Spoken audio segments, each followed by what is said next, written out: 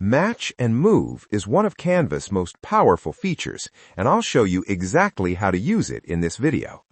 First, open Canva and choose Video, then select the Video Landscape format. Pick the background you want to use and add it to the canvas. Next, go to Text and type your text.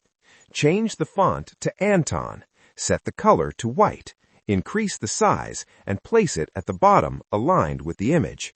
Extend the duration to 10 seconds. Now add a new blank page.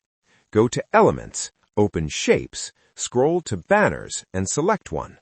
Rotate it 90 degrees, adjust the size, and change the color. Search for Airplane graphics in Elements. Choose one, rotate it 90 degrees, and resize it.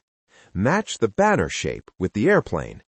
Duplicate the shape, reduce its size, place it behind the plane, and set the transparency to 0. Select all elements, group them, and place them above the layers. Set the duration to 11 seconds.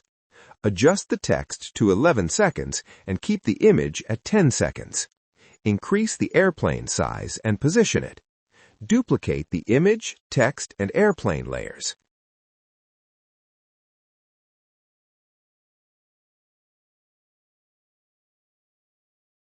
On the second page, move the airplane from left to right, keeping only the transparent section.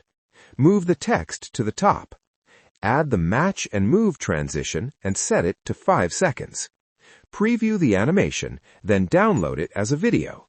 Re-upload the video, crop only the animated section using Split, and remove extra parts. This gives you the final animation. That's the complete process for using Match and Move animations in Canva effectively.